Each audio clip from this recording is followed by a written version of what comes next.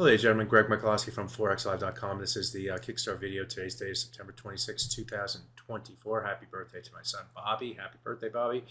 In the Kickstart video, I take a look at three of the major currency pairs: the euro versus US dollar, dollar versus yen, sterling versus US dollar from a technical perspective. So let's get started. There are a lot of, most every day I could come in actually and take a look at a chart and find reasons, levels that I could put faith in. And I look at the price action trade here today, the price action maybe to the upside and then back to the downside, all this ups and downs through here. And I say in the euro versus US dollar, I don't think the market really knows what it wants to do. I think the buyers and sellers are equally unsure. And they're proving it by the price action. We're seeing the large moves to the upside, large moves to the downside, large moves to the upside, large moves to the downside. I guess we can say that if we were to put a trend line in here, we might be able to connect some lows through here and find higher highs. This is a lower low and or a low here, a higher low, higher low, higher low, so on and so forth. So the bias is more to the upside. But then you look at the these swings, and even today with the ups and downs, you kind of don't know which way the market is really thinking.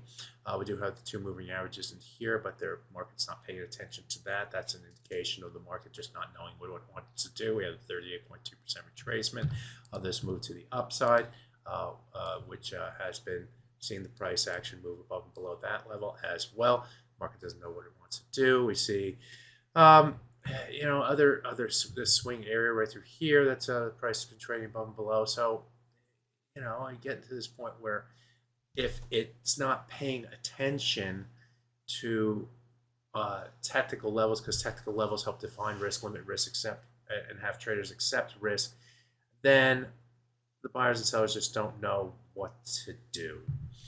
And so I'm going to take that tact and trade here today and kind of look and see and look and monitor and see if there's any sort of pattern that develops that would give, let's say the buyers the edge. I guess if I were to give a edge, I would give the buyers the edge only because the market has seen higher lows, only because the market failed below the 38.2% retracement of this last move to the upside, only because the price is a little bit above the moving averages. So that would be my bias, but I'm not totally confident or feel like that's worth anything significant. So be aware, be prepared, but keep a look at it. Let's take a look at the dollar versus yen next. 144.58. If I go to the daily chart, I take a look at the low price going back to January 2023. It's back here to the high price that we saw in July of 2024. The 50% retracement comes in at 144.58. You can see how the market's been kind of playing with that level over the last five or so trading days through here. A little bit of moves above it over the last few days, and trading here today, we've moved even more above that level. Here it is on the hourly chart, and we tried to stay above it, as you can see, but the market then failed to move back down to the downside. Now, we did find support by early buyers against the 100-hour moving average. We did break below that 100-hour moving average in trading 2 days ago, and then tried to use that level as resistance here. But when we moved back above it here, it turned the bias more to the upside. So, so that increases the bullish bias, with the 100-hour moving average being the key barometer. If we stay above it, because the sellers had a shot here, then all is okay. And so we are seeing that. Here's a 58 level. Get back above that level and stay above that level. I think maybe we continue to move to the upside. We'll have to take out the high from earlier today to push the price higher. So we'll see how that pans out going forward. We are seeing U.S. yields try to rebound a little bit higher in trading here now, with the 10-year up about 1.5 basis points. The 2-year yield is up 3.5 basis points after the U.S. data here today, which saw durable goods come in a little bit better than expectation. So dollar is trying to hold support against the yen. We'll see if that continues. Finally, let's take a look at the sterling versus U.S. dollar. I looked at this, a weekly chart, yesterday, only in finding this swing area between 134.11 and 135.11. The price moved a little bit above that in trading this week. You can see that more clearly on the hourly chart here, is that move to the upside above the 134.11 level, and you can see we did try to stay above that level. What you can also see is that when the price moved back below it here and retraced back up to it here, what do? We found willing sellers against that level and pushed the price sharply to the downside.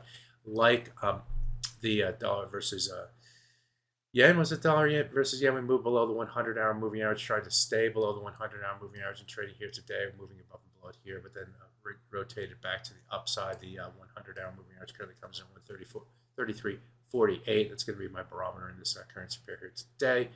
This swing level near the 133.58 is another level of that I thought was of significance, with some highs through here and then low through here before moving to the upside. So this area right here is the support level for the sterling versus US dollar. Stay above its more bullish move below it, and we should see further downside. Watch the 133.30 level to give you confirmation that we have the potential to head down toward the 200-hour moving average, which was broken way back here in September 12th or thereabouts, and then found support buyers here before moving to the upside. So that's my look at the three major currency pairs: the euro versus US dollar. Who knows? Dollar versus yen, a little bit more bullish bias is the sterling versus US dollar. So good fortune with your trading. My name is Greg Michalowski. Bye bye now.